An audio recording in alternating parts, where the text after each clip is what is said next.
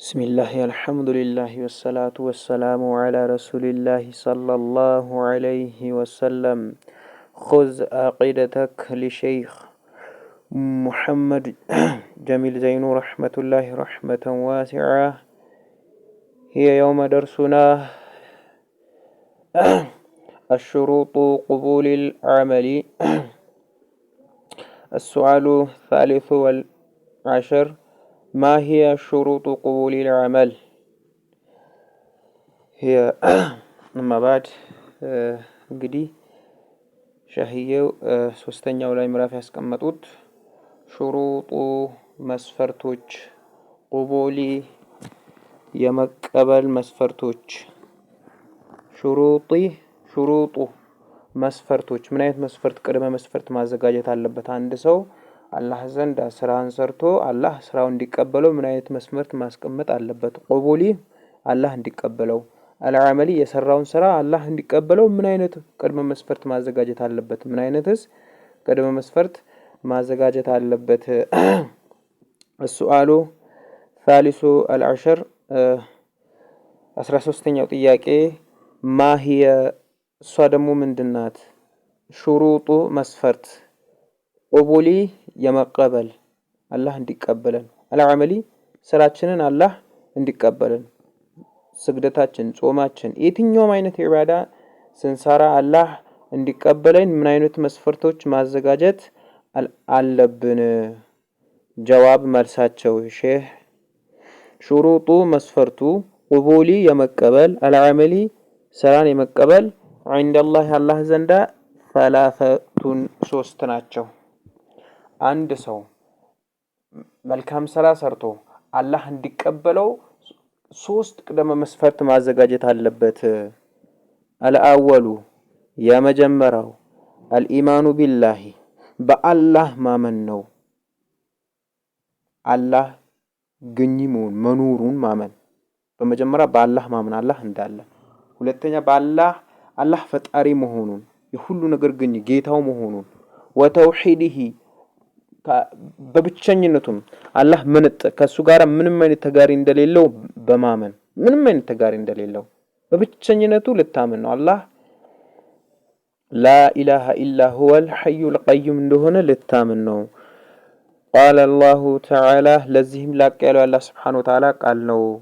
ኢነለዚነ እነዚያ አለ አላህ ሱብሓነሁ ወተዓላ አመኑ ያመኑ ወዓሚሉ የሰሩ አሷሊሓቲ መልካም ስራ የሰሩ ሰዎች አለ አላህ ሱብሓነሁ ወተዓላ። መጀመሪያ ማመን ነው ብለናል አይደለ? አምነው መልካም ስራ የሰሩ ካነት ሆነችላቸው፣ ለሁም ለነሱ ጀናቱ ጀነት እኮ የአትክልት ስፍራ አለችላቸው። በአኺራ ላይ እኮ ጀነት አለችላቸው። አልፊርዶሲ የትኛው ጀነት? ፊርዶስ አዕላ በጣም ከጀነቶች ሁሉ የበላይ ጀነት፣ ከሷም በላይ ምንም አይነት የጀነት ደረጃ የሌለው ፊርዶስ የተባለችው የጀነት ደረጃ ኑዙለን መስተንግዶ አላቸው አለ አላህ ሱብሓነሁ ወተዓላ። ኑዙለን መስተንግዶ ሱረቱል ካፍ። ስለዚህ እነለዚህን አመኑ እነዛ ያመኑ። ሳያምን አንድ ሰው መልካም ስራ ቢሰጥ፣ ለምሳሌ ኤቲስቶች ገንዘብ ቢሰጡ፣ የታመመም የተለያዩ ድሆችን ቢረዱ፣ በቃ ለአመለካከት ማለኝ ግን አላምንም ባላ ቢል ሶዛት ምንድነው የለም ምንም አይነት ከሃዲ ለምሳሌ መልካም ስራ ቢሰራ አይቀበለውም አላህ። እዚሁ ዱንያ ላይ ይመነዳዋል ሐዲስ ላይ እንደመጣው እንጂ አኺራ ላይ አያስቀምጥለትም። ሶዛት ምንድነው ካነት ኢነለዚነ አመኑ እነዛ ያመኑ ወአሚሉ ሷሊሓቲ አምነው መልካም ስራ የሰሩ ካነት ሆነችላቸው ይላል አላህ ሱብሓነሁ ወተዓላ። ለሁም ለነሱ እኮ ጀነት እኮ አለችላቸው በአኺራ ላይ አልፊርዶስ ጀነት አልፊርዶስ የተባለችው ደረጃ ከሷም በላይ ደረጃ የሌለው ኑዙላን በመስተንግዶ በኩል አለችላቸው አላህ ሱብሓነሁ ወተዓላ። አላህ ጀነት አልፊርዶስ ከሚገቡት ሰዎች አድርገን። ሱረቱል ካፍ አለ። ወቃለ ሰለላሁ ዐለይሂ ወሰለም መልከኛው ሰለላሁ ዐለይሂ ወሰለም አሉ።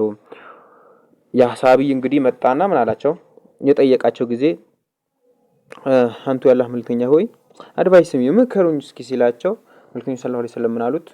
ቁል በለህ በል አመንቱ ቢላህ በአላህ አመኛለሁ በል ثم ከዚያም استقم አትበል በአላህ አመኛለሁ ካልክ በኋላ በትእዛዛቶቹ አላህ ከከለከላቸው አላህ ካዘዛቸው ቀጥ በል አትወላውል ነጊያማን ዛሬ ካዲ አትሁን ቀጥ በል رواه مسلم ኢማም ሙስሊም ዘግበውታል ኢማም ሙስሊም ዘግበውታል ሁለተኛው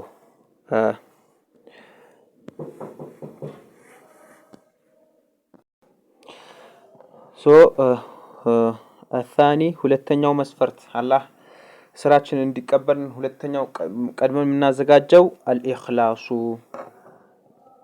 ስራን ማጥራት ነው ኢኽላስ ብሎ ማለት ንያችን ለአላህ Subhanahu Wa Ta'ala ብለን ብቻ ለንሰራ ያስራ ዒባዳ ከተባለ ምን ማድረግ አለብን ስራችንን ለአላህ Subhanahu Wa Ta'ala ንያ አድርገን እሱ ይመነዳኛል እሱ ይሰጠኛል ለሱ ብዬ ነው የምሰራው ብለን ንያችን ልናስተካክል ይገባል ኢማ የሰው ሙገሳ ሰው ከሊያ ደንቀኛል ብለን ልንሰራ አይገባም ኢኽላስ የሚባለው ነገር ሰዎች እየታመነ ሳንፈልግ ለአላህ ብቻ ብለን ስንሰራ ይሄ ኢኽላስ ይባላል وهو السمال العمل لله ለአላህ ብሎ መስራት من غير رياء ያለ ምንም ይዩልኝ من غير ውጭ الرياء ይዩልኝ ولا سمع ይስሙልኝም በንግግራችን ሊሆን ይችላል በተግባራችን ስንሰራ ኢባዳ ስንሰራ አላህን ብቻ አስበን ልንሰራ ይገባል قال تعالى ለዚህም ላቃል አላህ Subhanahu Wa Ta'ala ቃል ነው ምን አለ አላህ Subhanahu Wa Ta'ala فاعبد الله አላህን አምልከው مخلصا ጥርት አድርገህ ለሁዲን ዲን ሃይማኖት በጠቅላላ ኢባዳ በጠቅላላ ለሱ ጥርት አድርገህ ስራ ሙኽሊሲን ስለዚህ ኢኽላስ ሁለተኛው ሸርጥ ናት የመጀመሪያው ሸርጥ በአላህ ማመን አምኖ መልካም ስራ መስራት ከዛም በኋላ ሁለተኛው ሸርጥ ኢኽላስ እሱን ፊት ብቻ ፈልገን ለሱ ብቻ ብለን እንሰራ ሶስተኛውና የመጨረሻው አልሙዋፈቀቱ እንግዲህ እነዚህ ስራ በአላህ አመንን ለአላህ ብለን ሰራን ማባሳየን መንገድ ነው ሲባል አልሙዋፈቀቱ ልንገጥም ይገባል ልንከተል ይገባል አልሙዋፈቀቱ ማለት መግጠም ሊማ ጃአ ሊማ ከነገር ጃአ በመጡበት ነገር ቢሂ በዚህ በመጡ አንተ መስራው ስራ መልክኝ ሰለላሁ ዐለይሂ ወሰለም ያሳዩት መሆን አለበት ቢሂ الرسول መልክኝ ሰለላሁ ዐለይሂ ወሰለም ያላህ ውዳሴና ያላህ ሰላት በሳቸው ላይ ይሁንና قال الله تعالى ላቃለ አላህ Subhanahu Wa Ta'ala አለ እንግዲህ መልክኝ ሰለላሁ ዐለይሂ ወሰለም ያን ስራ ስንሰራው መልክኝ ሰለላሁ ዐለይሂ ወሰለም ያሳዩን መሆን አለበት قال تعالى ላቃለ አላህ Subhanahu Wa Ta'ala አለ وما آتاكم መልክኝ ሰለላሁ ዐለይሂ ወሰለም እኮ ይዞላችሁ የመጣው ነገር الرسول መልክኝ ሰለላሁ ዐለይሂ ወሰለም الرسول رسول ከሆነ ብዙዎች ነው الرسول መልክኝ ሰለላሁ ዐለይሂ ወሰለም ይዞላችሁ የመጣው ነገር فخذوه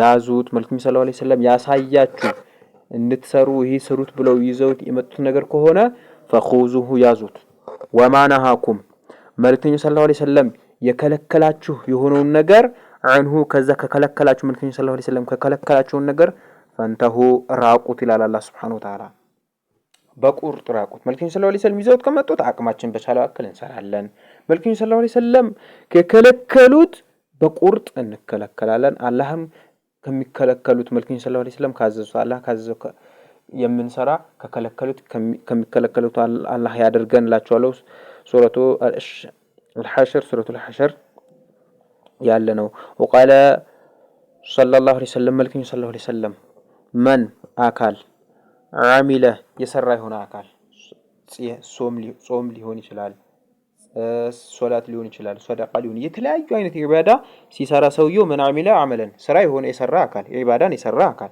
ليس ግን ያ ስራ የሰራው ያ ኢባዳ የሰራው ሲሰራው ليس የሌለበት عليه በዛ ኢባዳ ላይ በዛ በሰራው ሰውየው በሰራው ኢባዳ ላይ عليه በዛ ስራ ላይ አምሩና የኛ ትእዛዝ የሌለበት ከሆነ የአላህ መልእክተኛ ሰለላሁ ዐለይሂ ወሰለም መልእክተኛ አላህ ስሩት መልእክተኛ ሰለላሁ ዐለይሂ ወሰለም ስሩት ትጠቀሙበታላችሁ አላህ ይመንዳችኋል ብለው ያሳዩት ካልሆነ فهو ይስራው ረዱን ተመላሽ ነው አላህ አይቀበለውም አይ ማለትም ብሎ መርዱዱ ተመላሽ ነው رواه ሙስሊም ኢማም ሙስሊም ዘግበውታል አስታውሱ አላህ ባሪያው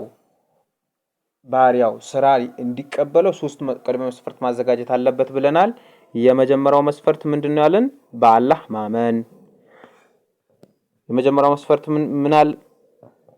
መስፈርት ምን አለን በአላህ ማመን ሁለተኛውስ ኢኽላስ ለአላህ ብላ ብቻ ልንሰራ ሶስተኛውስ መልእክተኛ ሰለላሁ ዐለይሂ ወሰለም ያሳዩት መሆን አለበት ለማጃአ ቢሂ መልእክተኛ ሰለላሁ ዐለይሂ ወሰለም ይዞት በመጡት ነገር ብቻ ሊሆን ይገባል ስለዚህ እዚህ ጋር ምን ማንሳት እንችላለን